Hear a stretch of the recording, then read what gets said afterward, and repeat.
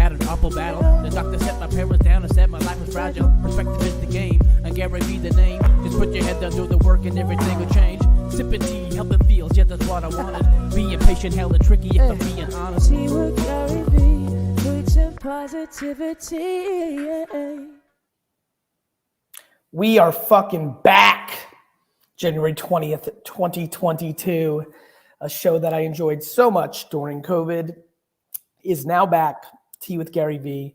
It is awesome to see all of you. Will Jackson, I see you. Brian Lopez, I see you in the comments. Katie Schaefer, great to see you.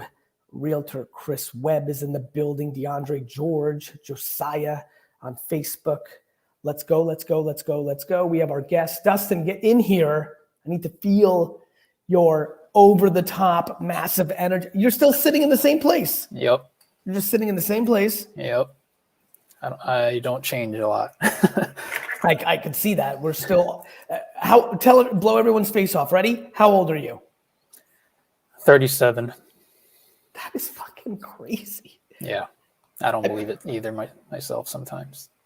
Because you look 23? Yeah, something like that. Yeah. Anyway, we are back. Tea with GaryVee. Are you excited about this? Very much. Sorry, I have a weird echo going on. Yes, here. I heard that. I like it. It brings some flavor to the table. Anyway, this is the show where we just do some Q&A with people live. And I enjoy it. Ask GaryVee show's back. That is not live. Tea with GaryVee is back. That is live. And it's fun time. So let's get some peeps. Let's get some peeps. Hey, Rob. How's it going, Gary? It's going well. I'm doing so good. Thank you. Yeah. Welcome to the show. Yeah, it's thanks for having me. If you probably remember, because you always remember everything, I was with you at 4Ds in 2019, fall of 2019.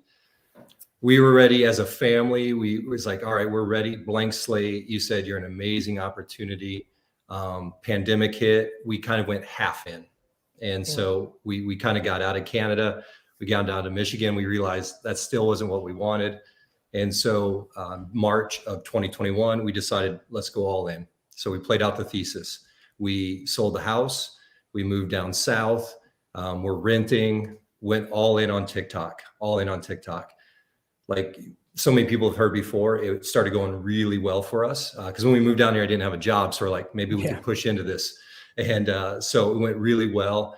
And then Instagram started building on the back of that. And just recently, YouTube's building on the back of that. So since March 21, we're at like 800 million views, almost, I think, over 700,000 on TikTok.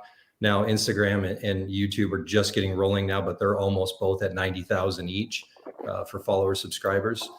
So, and it's been amazing. Like it's been amazing for us as a family. It's opened up some opportunities. Right now, it's a very nice little side hustle, but we're really enjoying it. And I think for as a family where we want to go.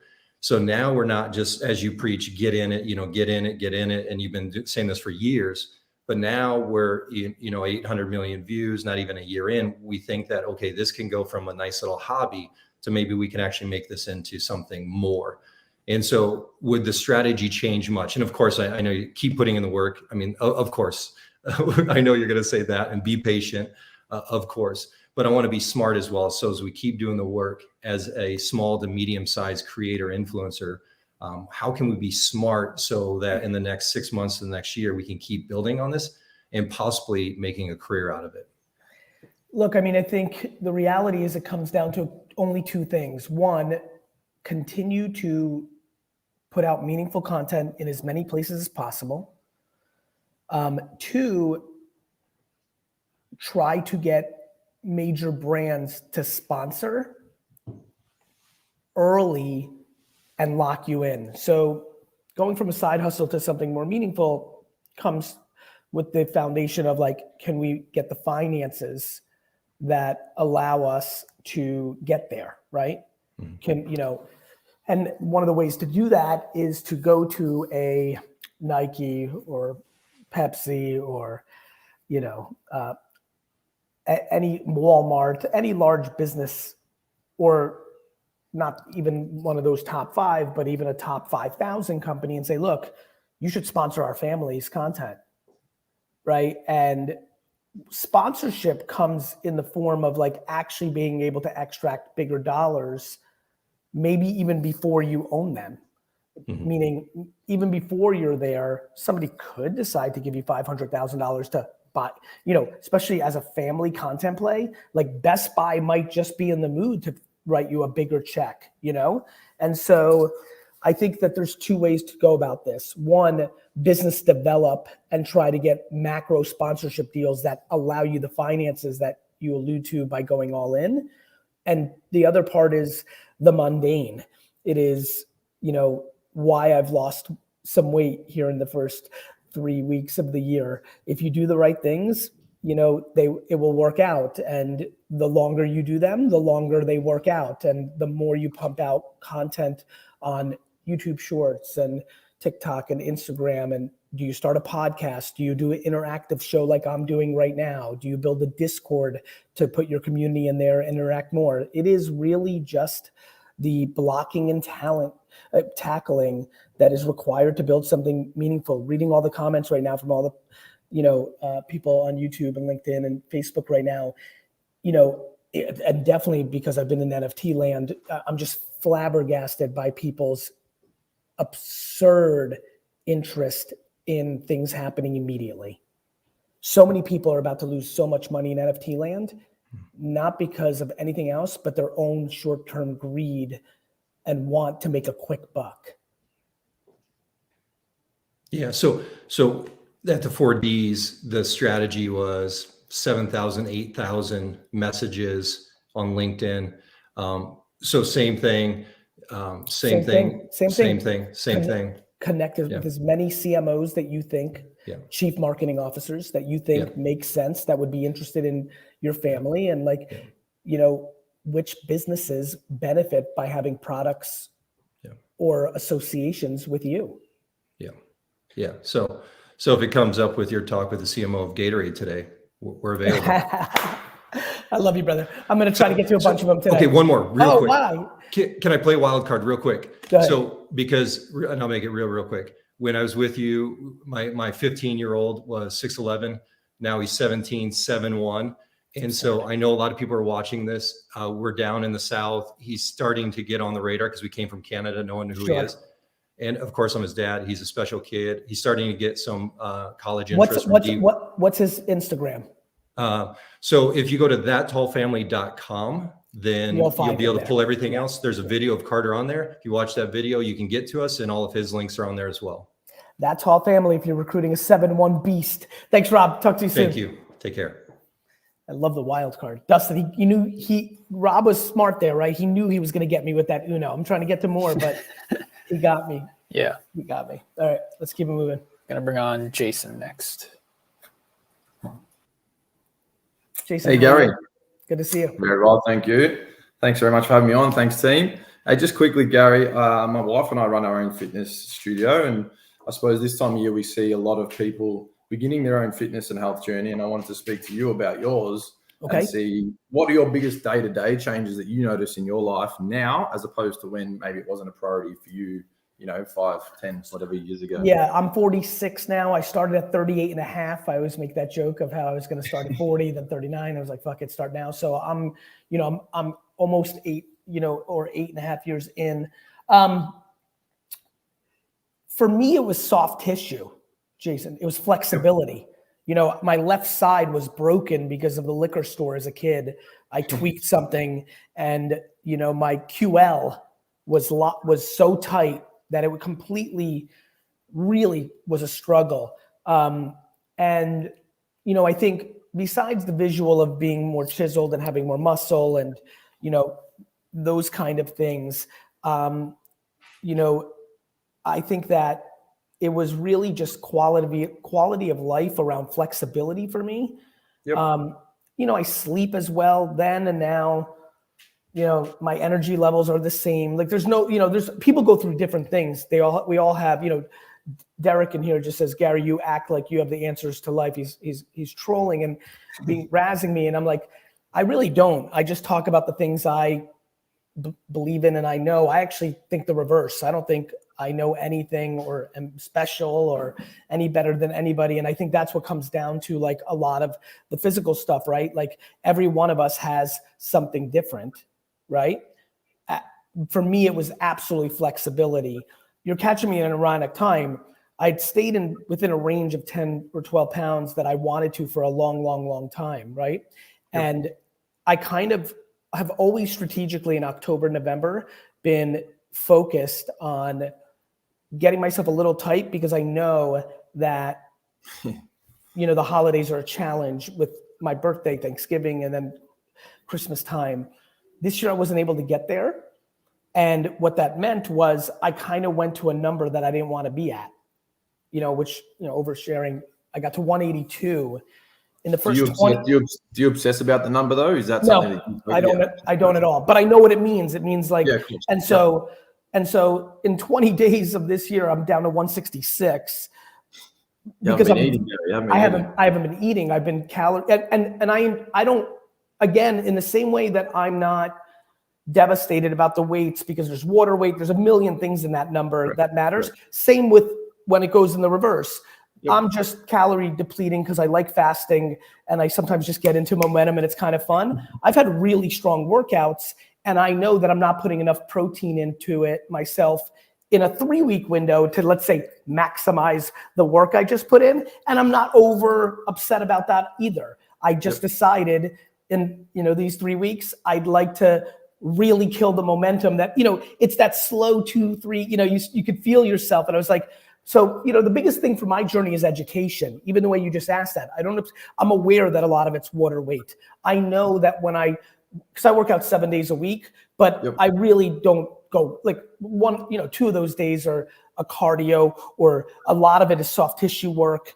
It's the way I order food or when I substitute things, or is it tea instead of coffee with oat milk? Like it's the education of knowing how to take care of myself, which is almost like the physical version of what I try to teach people in business, which is as long as you're educated how to use TikTok, as long as you're educated that yes, there's a big NFT movement, but 99% are going to fail because they're all bullshit. Like, it's education. I may not love the modern school system, but I believe in education more than anything. Kayla's just said intermittent fasting. It's just another way to reduce your calories, Kayla. So don't be caught in those fads. There's so many fads out there, and the fitness. Yeah, there's a million. They just and Jason, you have to know your body, right? For me, correct. For me, fasting has been a part of my life my whole life. Yeah, like my whole life. Like I used to I didn't even know what it was called fasting. I just would talk to my mom and dad. And I was they'll put a buzzword on it. I was like, I didn't eat today because I wasn't because I didn't want to. So anyway, nonetheless, thank you, my friend. Thank you. Cheers. Have a great day. Cheers. Next, we're going to bring on Tatiana. Hey, Gary, how are you? I'm very well, Tatiana. How are you? Well, I'm super grateful. Thank you for the opportunity to be here. It means a lot. My heart is like boom, boom, boom right now. You're very sweet. I want to say I'm from Peru, and right now I'm in a small city called Trujillo, and it's fantastic because your book right here is in Peru right now, and that's my question for today. I'm a virtual educator, and when COVID came, you told everyone, create an account on TikTok and make content. So I did that. And then I was loose, like I didn't know what can be the next step in my professional career. And I discovered creating content that I really love learning and teaching other people. And then I decided to study for a master in virtual education, because I also discovered that, hey, everyone will be studying online, not physical. And right now in my small city here in Peru, I see all the time academies or universities, college are empty, and everyone is studying online. So my question is, as a virtual educator, what is the best approach I should take to innovate in education in Web3? Because Then you told us what I remembered, like if it were yesterday, you told what is an NFT and why I'm buying these NFTs. And I also have here my iPad because I love digital drawing, and I create some GIF, like Patient Panda GIF and Helpful Hippo GIF. You use sometimes that GIFs also on Twitter. Yes. And well, it's my passion too. So you always teach us in your book to combine traits. Yes. And I want to combine education with NFTs and Web3. So that's my question. One of the things you can do is you can start an education course where after the people complete the course, they get an NFT. It's their diploma. You can go and find some emerging artists to design these diplomas. Somebody might pay for a course, but when they're done, they get a diploma from an emerging artist, and then maybe 4 years later, and it doesn't have to actually be the diploma, it's just a piece of NFT as like a diploma, but it's a piece of art, a collectible. One of those artists, a young lady from Peru, a guy from Britain, a guy from Nigeria, that person may go on to become famous or somewhat famous. So now all of a sudden somebody pays $500, $1,000 for a course, they get their education, they're given a diploma, but instead of a piece of paper or an internet email receipt, they get a NFT. You, as the person at the top, spend a lot of time trying to find some emerging artists that you really believe in, but they're still emerging. So for a very low cost, they make this art. 17 years later, that person becomes Beeple or Xcopy or the founder of the World of Women. And all of a sudden, this person says, wait a minute, my diploma's worth $4,000? What's going on here? I don't think people understand how many things are going to be happening with NFTs. I just made that up on the spot for you. That is an actually strong idea. I think receipts, diplomas, affirmations that come in email form or paper form today can be flipped on their head, innovated on, and created as nice pieces of collectible arts that support emerging artists. So as the organization now, not only are you giving your student something that maybe, not likely, but maybe has some value in the future, but on the flip side, you also give the artist the royalties or split the royalties with them. So now you sold the course for $100, $1,000, $1 million, whatever it is, but now you're 50-50 partners with the artist on the royalties. That artist goes on to have a good career, and that person sells their diploma for $3,000. All of a sudden, if you put a 10% royalty on that, you and the artist just got $150 in Ethereum or Solana or wherever you put it on. There's a lot more coming with NFTs. Right now, everyone is thinking about it a specific way. Adam says, use the NFT to the course.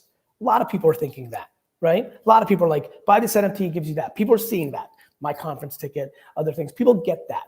I think it's the innovations, the after the fact. Here's your affirmation that something happened. I'm giving you this. A receipt from an internet company? Who wants that? Doesn't mean anything. But in the form of a potential collectible, fascinating. And definitely in the form of a diploma, very fascinating. That's my innovation. That's great. I will do it. I believe you. Give me some time and I will show you. Email me when you do it. Love the See idea. you. Bye-bye. Love you. Bye-bye. Next, going to bring on Joseph. This is the one from Twitter that you were like, get this guy on. Well, I'm excited. I don't remember. Joseph, you clearly, you got me excited clearly. Joseph, how are you? Good. So I discovered you in 2020, first episode of Tea with GaryVee. So just really a full circle moment. Yeah. So much gratitude. Speaking of which, everybody, if you're on right now, please share the link that you have on Twitter, on Facebook, share on LinkedIn. Let's have some more people discover. This is a great community. I love being a part of it. Go ahead, my friend. Yeah, so a little bit of a backstory. I started playing music when I was 11, became obsessed with it, started playing 7-8 hours a day. That passion led me to go to Berklee College of Music, graduated from there. In 2015, I started creating custom music for personal ads TV. A year later, my music got onto Keeping Up with the Kardashians. Since then, it's been on many networks, ABC, Nickelodeon, CBS, all the 3-letter TV networks. I've done music for podcasts for Jeff Morrow from Food Network, so multiple episodes of that. On the side, I teach music privately and I mentor up-and-coming songwriters. So my question for you is, I want to go more on the offense, finding clients for custom music. And I know I need to be more consistent with social media, but if you were me, how would you find new clients that help generate revenue consistently in an industry that's more typically one-off licensing? By being more consistent with content on social media. Good answer. Just the reason I just did that is I want everybody to replay what just happened. There's something very fascinating about either needing affirmation from somebody that you admire, repeating something to oneself. You know, the fact that you know the answer and you stated it in your question. Hey, Gary, and now I know I need to stay consistent with more, right? That moment you and I just had is the single most important moment. Like, I want my team to cut that. I'm going to put it on Instagram and TikTok. It is the most important moment, my friend. I am wildly simple. I say my stuff. I say it over and over again, but people don't hear it because they don't want to do the thing that I'm saying. It's funny that there was a fitness guy on, right? Like, everybody knows how to get into better shape. It is eat healthy and cleaner, right? And put in work in the gym. Literally, that's it. But we will fucking inject implants into our ass, drink ciders and vinegars, fucking take weird ass pills that we have no idea what the fuck they're about. I say every day right now that 98 to 99% of NFTs are going to zero. Nobody hears it. They're just looking to make $2,000 on a snail with a fucking liquor pipe in its mouth. Like nobody here. Like, I will say it 9,000 times, and when the market does crash, everyone's gonna be like, Gary, and I'm like, I fucking said 99% of this shit's going to zero every fucking day. I have sat here for 15 years saying, if you make content consistently at scale on the platforms that people are paying attention to, for you, YouTube Shorts, TikTok, Instagram, it's just massively important. If you follow what I wrote in the Thank You Economy 100 years ago, if you reply to everybody that's talking about music jingles and music on Twitter and just join the conversation, literally search, music and like jingles and like, whatever, your terms to your business. And you just sit there for 2 hours and say, hey, I know something about that. You're using the wrong key, or like bringing value, not even saying like, hire me. That's why I wrote a book called Jab, Jab, Jab, Right Hook. Give value, give value, give value. And then say, hey, by the way, I do this for a living. LinkedIn is an incredible place for you. Incredible. I talked about LinkedIn ad nausea on this platform and have continued to talk about it. How much LinkedIn content are you making? I'll save you time. None. Right? I post about 3 times a week on LinkedIn. So I need to be posting. Not bad. No, listen, honestly, I'm happier about that. That's a great number for you. I really thought it was going to be 0, but it's kind of like push-ups, like 13's better than 3. And then the question becomes, what do you post? And for me, it's like, posting things like, here's how I think about providing the most value when I write music for someone. And then a manifesto, which gives me an insight on the other side of Vayner. Look, I run fucking VaynerX. We want to buy music all the time.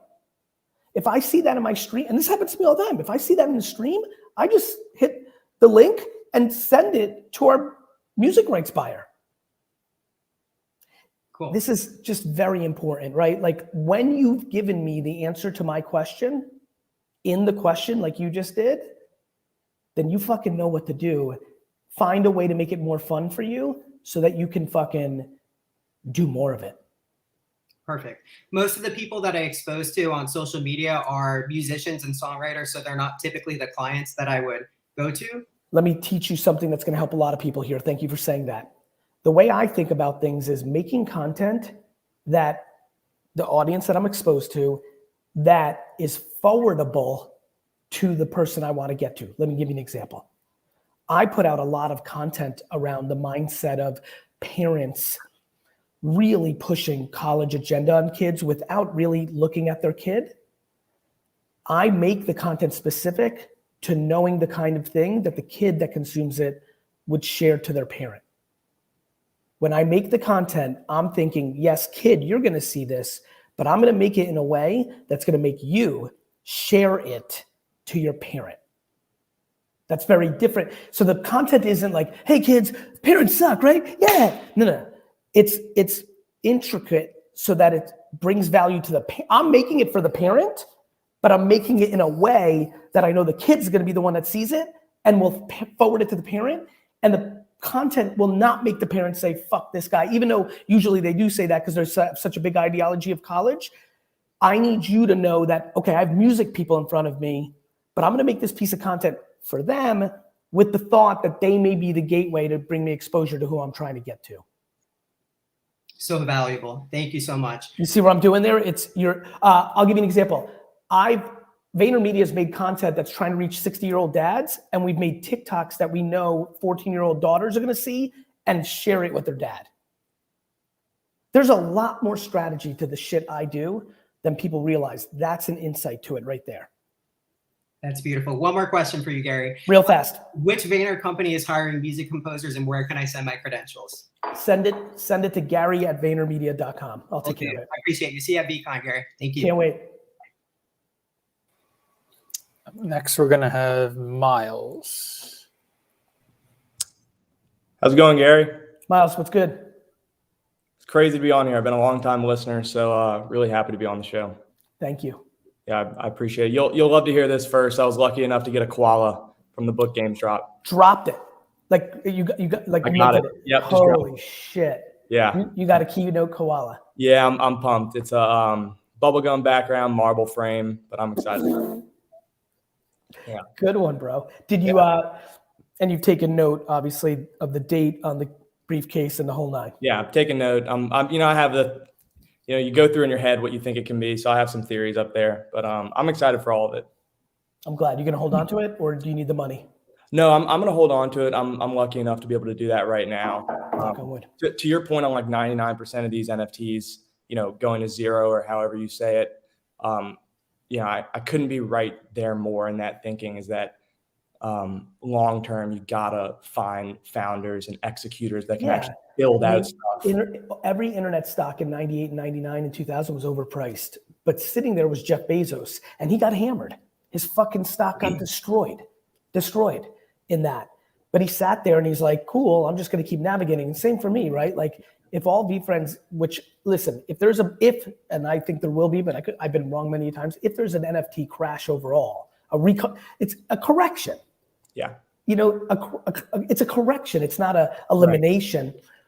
Right. And VeeFriends go down. I'm just sitting there like, okay, it's time to I've been here before. Yeah. 9/11 crushed Wine Library. 9/11, all our business was Wall Street. 9/11 crushed Wine Library. 2008 economic crash. We had tens of millions of dollars on wine pre-sales. Lehman Brothers crashes. We get 8 trillion cancellations. It crushed us. COVID. Like I fucking have been here. Like I've done this shit. And so I know how to get through dog shit. And there are a small percentage of operators that know. Well, I think that's the main concern is you see all these NFT projects, not to get caught up on this because I have a separate question, but you see these projects and you wonder, well, who are the people that are leading this thing and what is the value that they're going to provide long term? And by the way, that happens in startup land all the time. Yeah. I pass on most startup pitches I look at, right? Mm-hmm. And 99% of the time, those companies go out of business. The people that lose money in that scenario are the investors. Yeah. What I'm worried about is the people that are going to lose money this time are the buyers of these NFTs. And I don't think a lot of them understand how high risk this all is. Yeah, absolutely. Well, I'll get into my question. I'd like to give a little bit of context first. So my brother and I own and operate a small manufacturing company in New Orleans called Boil Boss. Currently, we have 2 niche consumer products. They're very specific to boiling seafood. So they help with boiling seafood. Okay. Yeah. So think like big crawfish. Yeah, shrimp. I get it. I know that culture. Yeah, exactly. So in about a month or 2, we're going to hopefully have our 3rd product on the market, which we're really excited about. My brother's been working super hard on that product development. And so my question is, we have a small team right now of just 3 people. Yes. And what I'm focused on now is building out the systems and processes and generally just trying to get organized to better cope with the anticipated volume. Obviously, as you know, there's a ton that goes on behind the scenes to get a product out the door. It's like, I did not appreciate it until I started this about a year ago with my brother. Real stuff. Yeah, it's real stuff, and it's been a challenge, but that's something I've been impressed with is your ability to go and actually execute in the operations. Yeah, it's so funny. Like when everyone's like, he's a motivational speaker, he's an influencer, I'm like, motherfucker, I'm an operator. Yeah, well, that, and I honestly, that's always like when I listen to your podcast, I'm like, I wish there was more conversations about the behind the scenes operations. I'll take note of that, my friend. I really think you're right, and I think I need to. T does it a little bit. I talk a lot about it from the HR side, right? 12.5 has really gone there. Mm-hmm. But it is, and this, finding a way to communicate operations and content is challenging. It is meetings and decisions. Meetings and decisions. Yeah, it's not glamorous at all. Yeah, it's like, and a lot of times, but it's just meetings and decisions. It's like, do we open another office? Yes, no. Do we innovate a new division? Yes, no. Do we put more money into analytics or strategy department? There's a lot of that kind of stuff. Yeah. And so I guess just to get to the actual question, I was hoping you could talk a little bit more about your experience tactically in the early days with building out processes, delegating work, and generally just being able to free yourself and set your employees up for success. Because I think that's the part where we're sort of. Well, you're not there yet. Yeah. When VaynerMedia was less than 15 people for the first 2 years, I didn't have to think about that shit. I just did everything. Yeah. Who the fuck are you delegating to? You've got 3 of you. Right.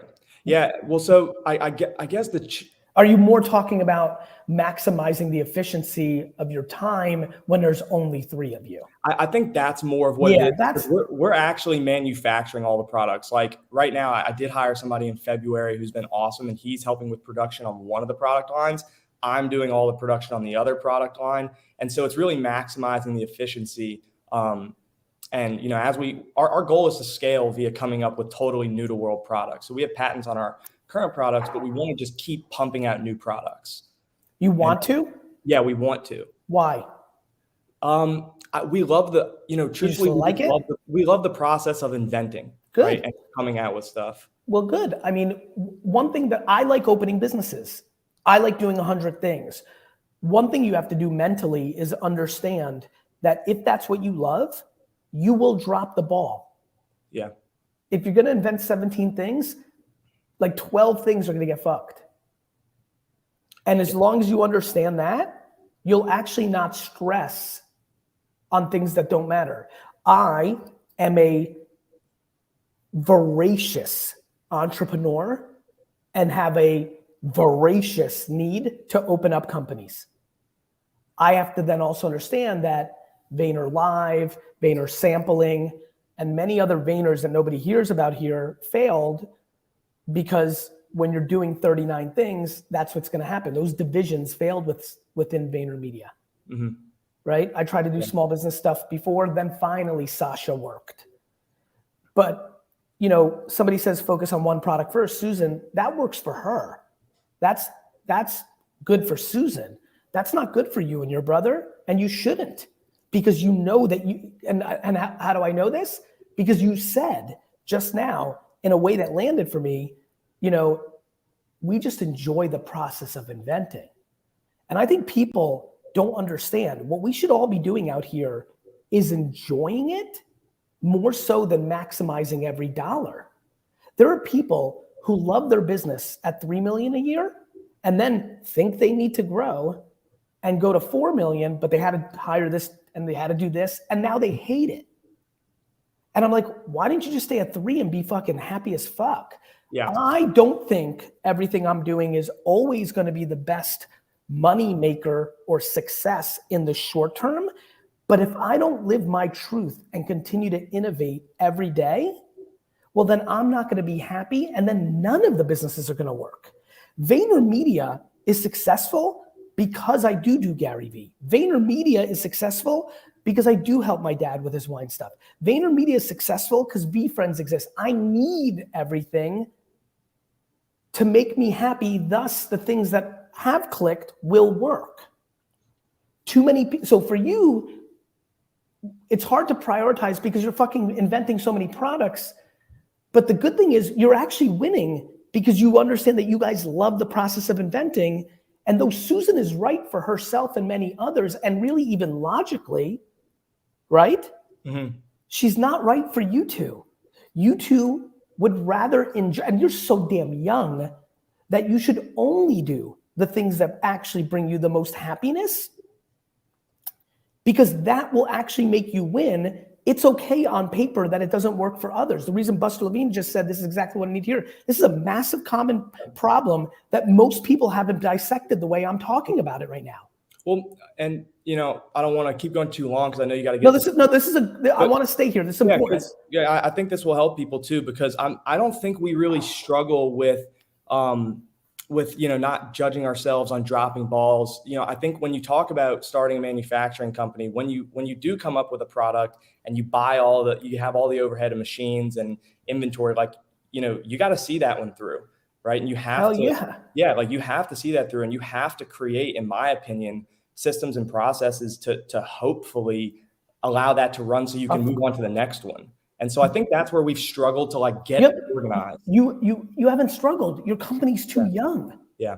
You're creating an ideology of like, we should be here. How long has the company been existing? It's been 3 years. It's 5 minutes. You know, that's 5 seconds, right? Yeah. It doesn't feel like it, but I know. Yeah. It's 5 seconds. Like you've launched 2 products. Yes. We have 2 products out right now, and then we'll have a third coming. And you're profitable? Yeah. Do you understand how fucking amazing? But fuck Hardly. You didn't go out of business. Most people are out of business in 3 years. Right. And Hardly is you're fucking profitable. Right. Yeah. No, you're right. Like cool. I'm very thrilled that you're ambitious and you'd like it. We all want to be better and do better. Mm-hmm. But the good news is you're not struggling with it. You just haven't gotten to it. Yep. You just haven't gotten to it. You're not struggling with it. You fucking have been doing too many things. You're like successfully entrepreneuring.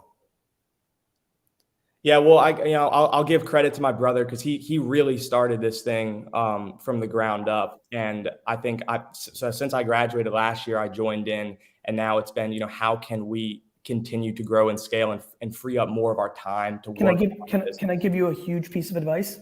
Please. Never, ever, ever choose money or your own pride and ego over your brother. Yeah. You are about to go through a thing where, you know, money is binary. Some people just love it so much that they're willing to hurt their relationship with their family. And that's very challenging. It's grounded in a lot of insecurity, but it is what it is. And like, it's kind of an easy one. The second one is harder.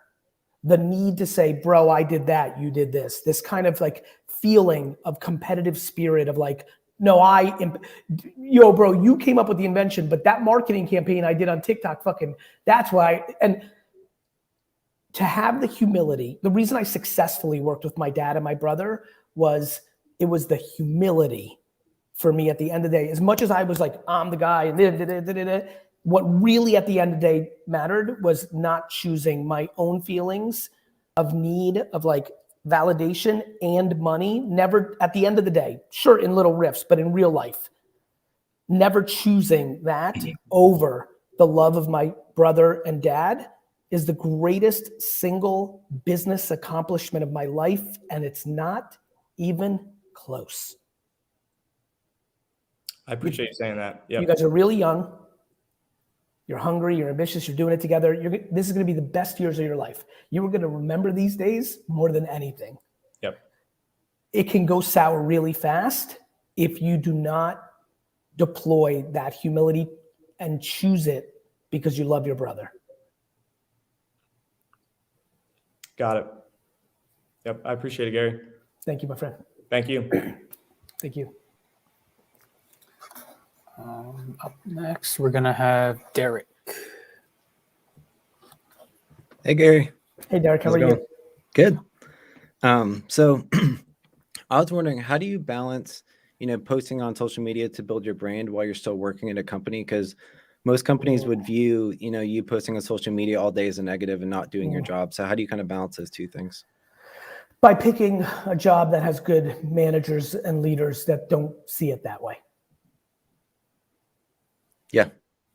You have to understand, businesses are just made up of people. Like, for example, we don't even have a system to watch what our people are doing. I trust my people and I want good for them. I want them to be productive, but I want them to be happy.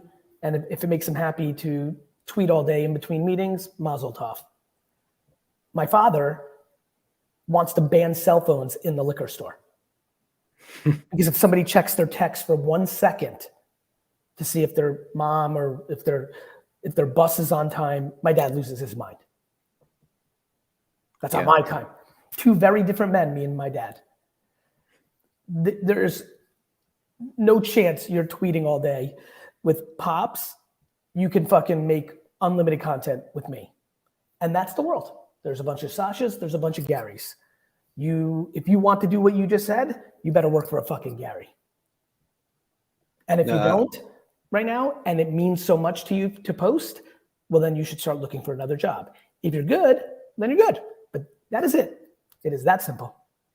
I like it. Yeah. Cause I want to start being able to, before I started listening to your content, I wasn't aware of the importance of building your brand, on social media. It was more of, while I'm at work, while I'm at coworkers, friends, building my brand in person with people that I interact with every day. But it's more, so once I started listening to what you talk about, it's like, okay, if I do one day want to start my own business, which I do, starting to build that process, but I kind of struggled with, I didn't want to do that all the time while I'm still working at a company. Look, you also have to be respectful, right? Like, doing the right thing is always the right thing. If you're getting paid and you're quietly like not working, we have some employees that are trying to be very clever at Vayner. And my big thing is like, A, I laugh because I'm like, do they think they're tricking me? B, I just want to say to them, like, hey man, like doing the right thing is important. Like, like you will lose in the end when you don't do the right things. And so I think, finding the right balance on that is very important, Yeah. But on the flip side, I tell a lot of my business friends, I'm like, why are you mad at that person? You're fucking emailing them at all hours of the night, right? These people are supposed to work 9 to 5, 9 to 6. Like, you're fucking hitting them at 7 and 8 and 9 and 10 and 11 and 6. Like, don't be on a fucking pedestal, business owner. Like, your person might have, yes, spent 7 minutes. You might be on the clock right now and here we are, fine. But what about at 8:30 when you email them and they have to do something for 15 minutes? Like, people keeping score on some bullshit? Like, your employees are your family. Yeah. And as a business owner, if you don't see it that way, you've already lost. Yeah. No, that's great. Awesome. Appreciate it, Gary. Yeah. All right. We got next, we're going to have Chase. Gary, thanks for having me on, man. Really good to talk to you. I'm a OGV friend. Been following you for a long time. Just really excited to be on. I just want to say I truly appreciate all of the info and documentation y'all put out prior to VFriends launching back in May. That was big, Chase. If you ask me the thing I'm most proud of with VFriends, it's not even that it's done great, and it will. And like, as long as I am healthy, VFriends is going to really win because I'm a very capable entrepreneur. But the thing I'm more proud of is through that education, and we did it so hard, so heavy, months, people learned. They learned how to get a MetaMask. They learned what a seed phrase was. They learned Ethereum. Some people, while they were waiting for VFriends, minted Bored Ape because I was delayed for 0.0. Such great things happen. People learned. I'm proud of that. Yeah, I'm 100% in that group. I mean, honestly, if you and your team hadn't put that out, I wouldn't have jumped into your project. I bought 5 Ethereum back in 2018, put all of it into your project, and got 2 rares and a spec on the floor, and best financial move I've ever made. Have you sold any of them? Absolutely not. And I don't plan to for a very long time. Wow. I'm so humbled. Good for you, brother. Thank you. Thank you. So my question is more on the personal side of things. With the countless things that you have going on in your professional life, how do you stay balanced and make sure that you're giving your wife and kids the attention that they deserve? Communication, effort, priority. Like, people see so much from me, but like, I don't think they really realize they don't see anything. I'm very prolific in my content creation. Why? I allocate an hour like this, get in with my community, get these vibes going, right? This is nice. Like, this is an amazing morning. It's been a lot of good content. I'm reading the chat, feel so connected to everybody.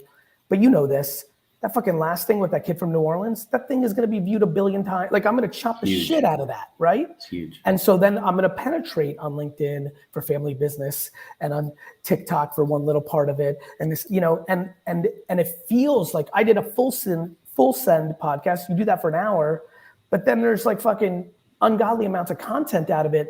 So, and I work hard and I really enjoy it, but like, there's way more hours in my life that are going on that nobody sees, nobody knows anything about. And I keep it that way. And it's kind of easy, to be honest. It's like, I don't value anything more than people that I love. And why would I not prioritize that? I don't need the outside validation of wealth creation or headlines or positive reinforcement from social media. It's all lovely. It's all a byproduct. What I need is to spend time with the people I love, and I need to do the thing I love. And the thing I love to do is be an entrepreneur. But I was loving this shit at 26 at Wine Library, working for my dad, the same exact way I feel right now, I felt at 28. The same, because for me, it's just playing tennis, right? For me, business is sports. For me at 28, I was playing tennis. For me at 46, I'm playing tennis. Now I'm better at tennis. People know who I am now. I'm more of like a famous tennis player. But at the end of the day, I don't need the selfies in the streets. I don't need people leaving a goat emoji. It's also why I'm comfortable when people are like, you fucking suck, you're full of shit. Because I don't need the good, I don't need the bad, and I'm just kind of in my zone, and I'm just playing tennis out here, right? And so because those are the only 2 things I focus on, it's actually very easy to balance, because I think when you do need the accolades, when you do need the $1 million to buy a Mercedes to show them, I'm going to show you that I'm successful, I'm insecure, I'm going to show you, then you start losing track of your time with the people you love, because you're obsessed with the negativeness of the game. 100%. Totally agree. Thank you. I appreciate the alpha. Really looking forward to meeting you in person at VCon in May. I think VCon is going to be one of the greatest weekends of my life. I am so obsessed with meeting every single person. Back to operations. We are in countless meetings, tracking how we're going to do the panels, how we're going to do the keynotes. I'm like trying to figure out, like, I need to do like a selfie booth. It's like a kissing booth, but like, that's how I can get a lot of people, but we can't interrupt with that keynote. So when are we, like, it's real shit out here for me. Yeah. A lot of moving parts, but it's going to be an epic week and weekend. And the best part is I don't even feel like I need to be kind of Mickey Mouse or Walt Disney. I think the community is so fucking fired up to see each other. Like, I can't, it's going to be like summer camp, right? Like, especially VCon 2, VCon 3, like people are family. Absolutely. Sharing the same rarity type or sharing the same character. It's going to be unbelievable. Yeah. The community that's being built is insane. I mean, there's so many of us that hop on a Clubhouse channel every morning or afternoon or evening, and it's the best. So many things coming from it, man. It's the relationships in themselves are well worth the ticket. I agree. Thank you, my friend. Thank you. Take care. All right. Next, we're going to have on Osman. Sorry if I pronounced that wrong. Hey, Gary, how's it going? Osman, how are you? Not too bad, not too bad. You got my name right. Thank you for that. Of course. I know some Osmans. So I'm from Toronto, Canada. I have a small recycling. By the way, literally said it last night over dinner. I think my favorite city besides New York City. There we go. You know, I saw that St. Louis, Toronto NFT. I'm pretty sure VCon's coming here soon. There's a reason that St. Louis and Toronto is an NFT in France. So Gary, for my question, I have a small recycling brokerage. We sell and export paper and plastics. So right now I'm the first sales guy. I'm doing everything. And my question was, how do I bring on the first employee number one to do more sales, because it's a brokerage, and allow that person to also help the business, but also grow themselves? Because there's not like we have a culture yet. It's employee number one.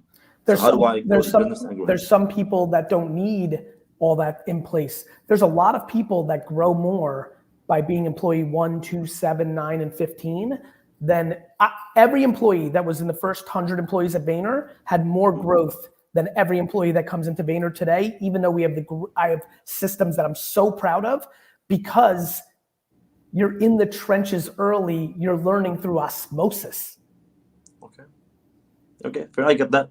But now in a brokerage environment, because I guess in Vayner there's projects, right? They're sort of just work on this project, work on this thing. It's different. But in a brokerage where it's like they're going to be actively looking for sales and looking for clients, we're not necessarily working together, we're working independently. That's right. So is it the same thing? Just allow them to just grow themselves? Of course. Well, no. I mean, look, sales, yes and no. Sales is real life. There's no hiding. So that's why I love it so much. You can't make pretend in sales. Okay. Right? It is what it is. So of course, one of the ways to grow is to let them sink and swim. Of course. But the osmosis comes in different ways. You're going to be interacting with them as you're going to be talking to them. Of course. And so you're going to be analyzing. They'll be talking, you'll be thinking, and you say, hey, but maybe you want to try to start with this on the opening sentence. Or did you tell them about that? Or, hey, did you follow up and have an in-person? Or whatever it might be. So you're doing both. It's like raising a capable child. A capable child needs both. Right now there's so many people that are over-parenting their kids and putting them into a bubble, making all their decisions, taking care of everything for them. Of course they can't do shit at 22, right? Same with sales. You've got to create a framework and be a support system, but you can't you got to let them live. You've got to let them win and lose on their own sales ability. I think the thing you look for when you hire the first person is, have they lived in that environment? I would hire somebody who's already been on a sales team where they were one of just 2 or 3 people because they've tasted it already. They have an idea for them already. Or you go with your gut intuition and you can see the fucking flame in her or his eyes and you give them an at-bat. Sink and swim. God, I love that.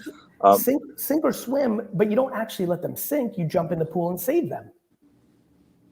But you can't teach your kid swimming by just holding them the whole time. And you can't teach sales without letting them do it. Sink or swim, got it. Yeah, appreciate that. And once again, Gary, I think some guys mentioned before, OG, WeFriend owner, thank you for educating the community. 2020 is a bad year for I think everybody, but I think buying in too early, I think I'm now 6 figures up. So appreciate that. Gonna be at VCon, Minneapolis. Can't wait. Thank you so much. Thanks, Osman. And finally, we have Charles. Oh my God. Nice hat, Charles. Thank you very much. Thank you very much. Good morning, Gary. Morning. Sorry, I'm kind of freaking out. Nothing to freak out about, my friend. But before I ask my question, I just want to give a huge shout out to the VFriends community. I like so many of others have said today, I'm one more example of one of the success stories that's come out of the VFriends drop. And That's nice.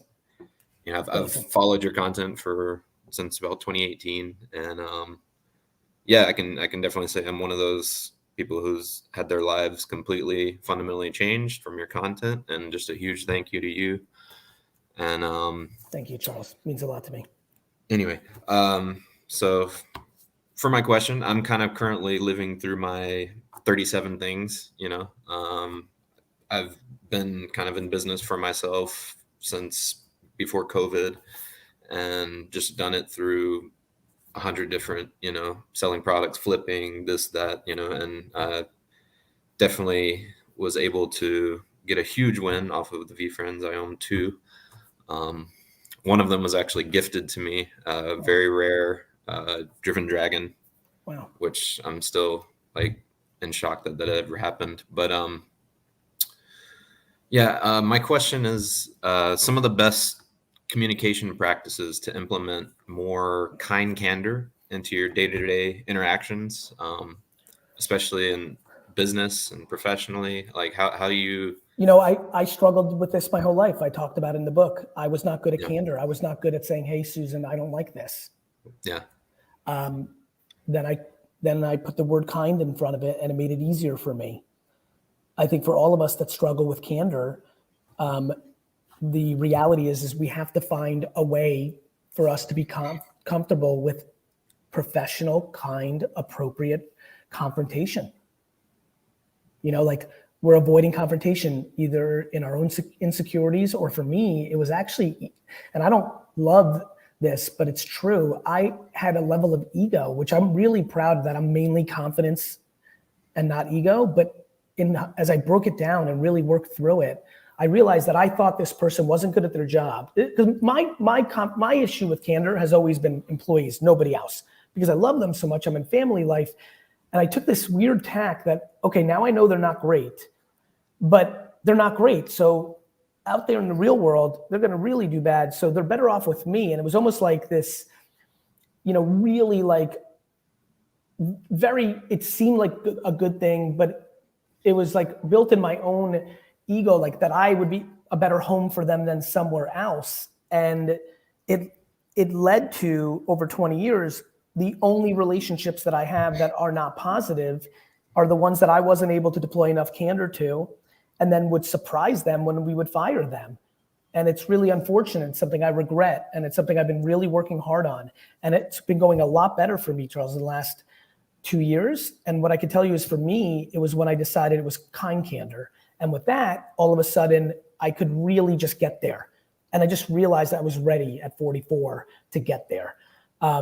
And so for you, you just have to figure out how you can get there to actually tell somebody what you actually think.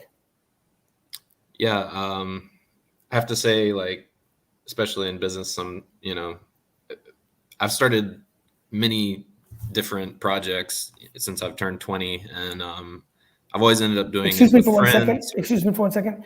Oh, I love where you're about to go. Robin says kind candor equals constructive criticism.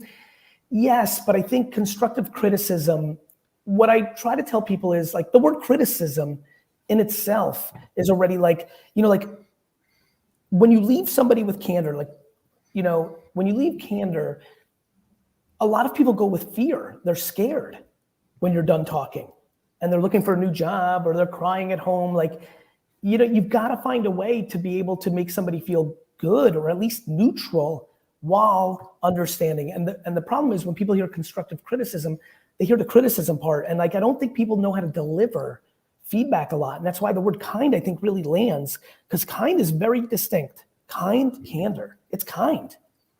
Like, but it's candor. And I really, you know, back to your point, and I had this too, when you're starting things with friends and family, it's really hard to tell them the truth. Like, I become family with my employees, but I've had family and friends, and sometimes. Yeah, I'm actually in the process of starting a business with my girlfriend right now, so it's like it's similar to the top thing on my mind. So. I think you over communicate now. Hey, baby, I'm really worried about this shit. We're going into this. Know me. This is, be vulnerable. Be naked. you know, she's already seen you naked, so you're good. You know, like be naked, right? Like I'm very worried about this. I'm not good at this per se, and you're my girl. I'm gonna probably start getting resentment. Then I may crack, and like, you know, you got to really talk about it up front so that she knows what's happening as well. But then, like I said to the younger brother combo earlier, just love her more than the business. Thank you. I really appreciate that. And I just want to give a couple of specific shout outs to the V friends. Shout out Corso, shout out Post, shout out Brick, shout out Kelly, shout out Kali Bud, shout out Josh, and shout out NFT Jack. They've been my homies since like day one. That's awesome. And the Thank V you, friends. And anyway, I really appreciate it. Love Thank you, you, bro. Gary. Wrapping up. See you. Love you too, man. See you at Dustin, VCon. I'll see you there. Thank you, my friend. Good job, Dust. You guys found a lot of good peeps. That was all Seth. Seth, big shout out to you, brother. I don't know if you're behind the scenes right now or not, but big shout out. I hope everybody's super well. I see all of you in the comments. I love you very much. Thank you for watching the show. Tea with Gary Vee is back. We'll try to do it as much as I can. Full disclosure, I am deep in Series 2 V Friends right now. Dustin's even shaking his head because he's on such a key part of my content team. He knows I'm not even posting content to my normal volume. I'm deeply deep in the cocoon right now. And I really just am so grateful for this community. I hope everybody's super well. I wish you nothing but the best. I love you. Go love yourself. We'll see you next time.